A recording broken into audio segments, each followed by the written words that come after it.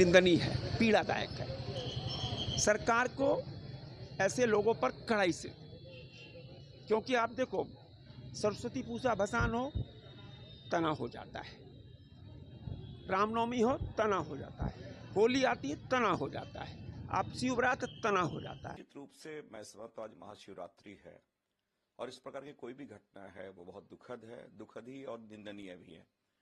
और ये मैं कह सकता हूं कि लगातार जिस प्रकार ये मैं आरोप मैं इसलिए मैं लगा रहा हूं कि जो एक पूरे समाज में जो विषाक्त वातावरण बना है और विशेषकर जो एक सामाजिक सौहार्द जो था, वो सोशल फैब्रिक जब से मोदी जी की सरकार आई है, मैं समझता हूं कि एक राजनीतिक कारणों से जिस प्रकार गोलबंद करने का प्रयास किया गया है और आरोप प्रत्यारोप के दौर जैसे चले हैं, उसका ये दुष्परिणाम सामने आया है कि हम इवन त्योहार या पर्व में भी एक उस प्रकार की चीजों से देखते हैं जहां पहले सहयोग की भावना थी, वह दुर्भावना आ गई है लोगों में। वाला है, सबका सम्मान होना चाहिए यहाँ। और जो जानकारी मुझे मिल रही है, हम अपडेटेड हैं। हमने सवेरे एसपी से मेरी वार्ता हुई और मैंने एसपी को कहा बढ़िया संभालिए सबको। मेरे अंगने में तुम्हारा क्या काम है? तुम ही ने कहा था, थोड़ा सा अपने लोगों को बता देते कि तुम्हें दूसरे के आंगने में जाने की जरूरत नहीं है। अगर दूसरे के आंगने में नहीं गए होते तो हजारीबाग में इस तरह का मामला सामने नहीं आता।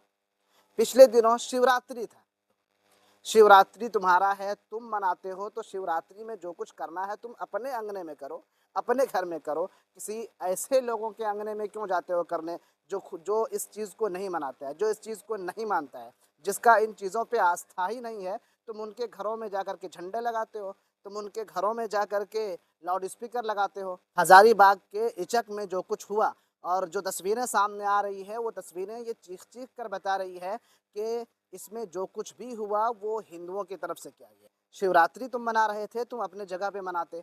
अब तुम मस्जिद के सामने मुसलमानों के घरों के ऊपर तुम झंडे लगाओगे, मस्जिद के ऊपर तुम लाउड स्पीकर लगाओगे, तो विरोध तो होगा ही। ये तस्वीरें जो सामने आ रही हैं आप देख सकते हैं।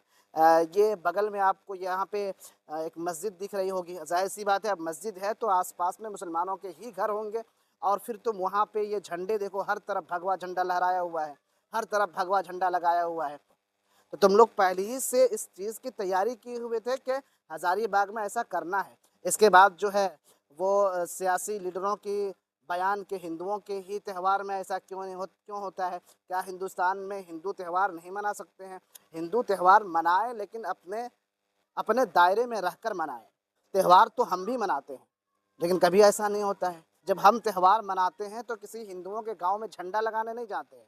हम जब त्यौहार मनाते हैं तो अपने लाउड स्पीकर को किसी मंदिर में जाकर के नहीं मानते हैं। अब जाहिर सी बात है, अगर कल हम कोई त्यौहार मनाने लगें और त्यौहार के वक्त हम अपने लाउड स्पीकर को मंदिर में जाकर के लगा दें, तो क्या हिंदू समाज के लोग विरोध नहीं करेंगे? जाहिर सी बात है, विरोध करेंगे। और अगर इस विरोध पे फिर अगर हमारा पलटवार होगा, हम अगर विरोध करेंगे तो फिर उस तरफ से भी उसी सख्ती के साथ और तेज़ी के साथ पलटवार होगा। और फिर यहाँ पे एक तरह से आपको एक झड़प देखने को मिलेगा, एक हिंसा देखने को मिलेगा, नफरत देखने को मिलेगा। तुम लोगों ने यही किया है यहाँ पर। इसके बाद अब लगातार राजनीति कि हिंदुस्तान में हिंदुओं को त्यौहार मनाने नहीं देते हैं, कि हिंदुस्तान में भी अगर हिंदुओं को त्यौहार नहीं मनाने दिया जाएगा तो फिर कहाँ मनाएगा? तो त्यौहार मनाने से किसी को कोई दिक्कत नहीं है, लेकिन दिक्कत इन चीज़ों से है कि त्यौहार तुम मना रहे हो तो फिर हमारे घर में क्यों मना रहे हो? तुम अपने घर में मनाओ। फिलहाल प्रशासन ने तो वहाँ के हालात को कंट्रोल कर लिया है, लेकिन अब भारतीय जनता पार्टी के लोग लगातार इस चीज़ को हवा देने की कोशिश कर रहे हैं और भी ज़्यादा इस मामले को हिंदू मुस्लिम एंगल दे करके बयानबाजी करना शुरू कर दिए हैं। ये नहीं होना चाहिए।